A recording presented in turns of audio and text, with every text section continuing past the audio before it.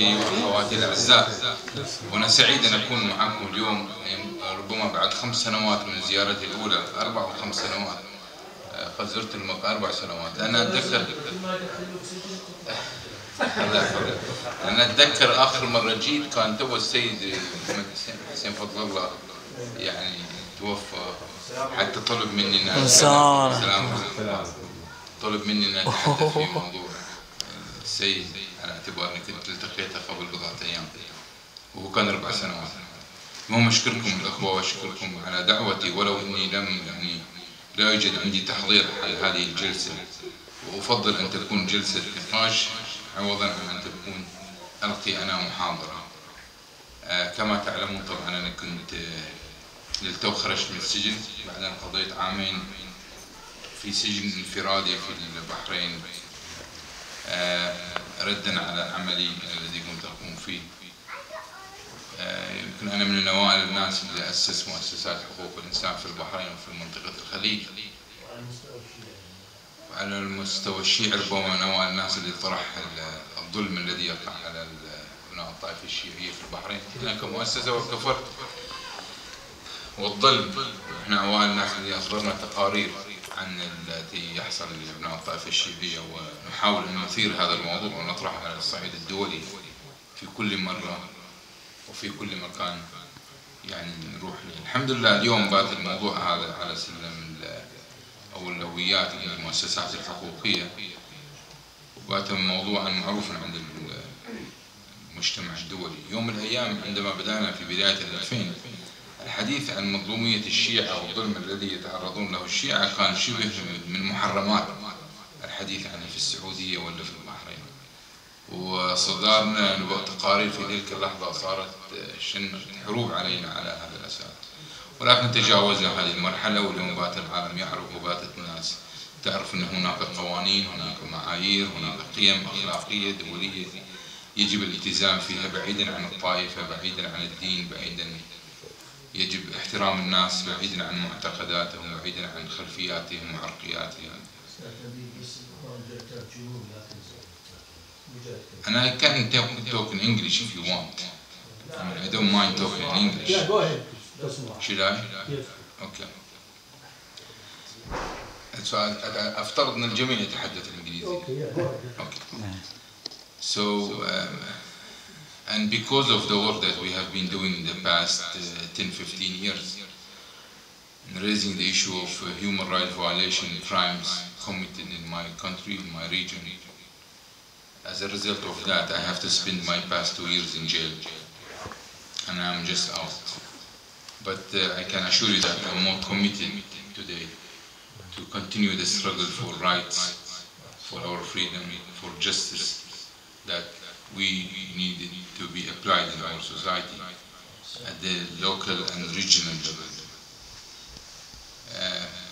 Shia issue is an issue of concern in the region, as it's a group that has been marginalized, discriminated against in the region. We need to talk about it. I'm always using the opportunity that I'm in Europe and ask the people like you who are here to be more active in the society where you belong. And I do have sometimes criticized many of my friends who lived in Europe, in London, France, Germany. I always say that we could be more influential. We should have more impact on the political system so that we are strong. The world today respects you when you are strong. Away from the morality or values the international community talks about, that's a reality and fact, yes.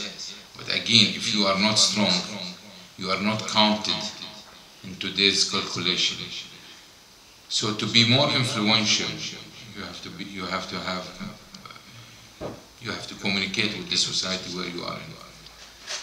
What is happening in Iraq today, for example, what is happening in Bahrain, and what is happening in Saudi for the Shia, if we are strong at the international level, that wouldn't have happened to our people. And that's why I always urge people like you, educated, and I assume all of you are educated from Western government, to use your influence to raise the issue of concern in our region. Shia, although are the indigenous population in Bahrain, but they're treated like a second-class citizen. And there is a war, battle against the Shia in Bahrain today, because they're fighting for their rights. I myself, traveling from country to country, I used to do that before, and I'm doing it again after my release. I was just released 2 months ago, and I have visited at least 6-7 countries so far, talking to government, human rights groups, civil society, grassroots organization. And this is something people like you in Ireland could do. And I shouldn't have come all the way. So I'm just saying, let's think of how we could be more productive to help to serve our people in the country. I met the Ministry of Foreign Affairs here yesterday. I spoke to 2 radio stations, and I spoke to the Irish Times. I think yesterday there was an article. And I'm going to do that for, I mean, every country I go, I do the same thing. Keep raising the issue of concern, the human rights violation. And it's a job which could be done by you here, which could be done by you, and I'm sure many of you are strong enough to do that work. Why the Irish government, for example, are not raising any of the issue of concern at the UN? I'm just assuming. At the UN level, at the EU level, why they are not raising the issue of concern, the marginalization facing the Shia community in the Saudi Arabia, in Bahrain.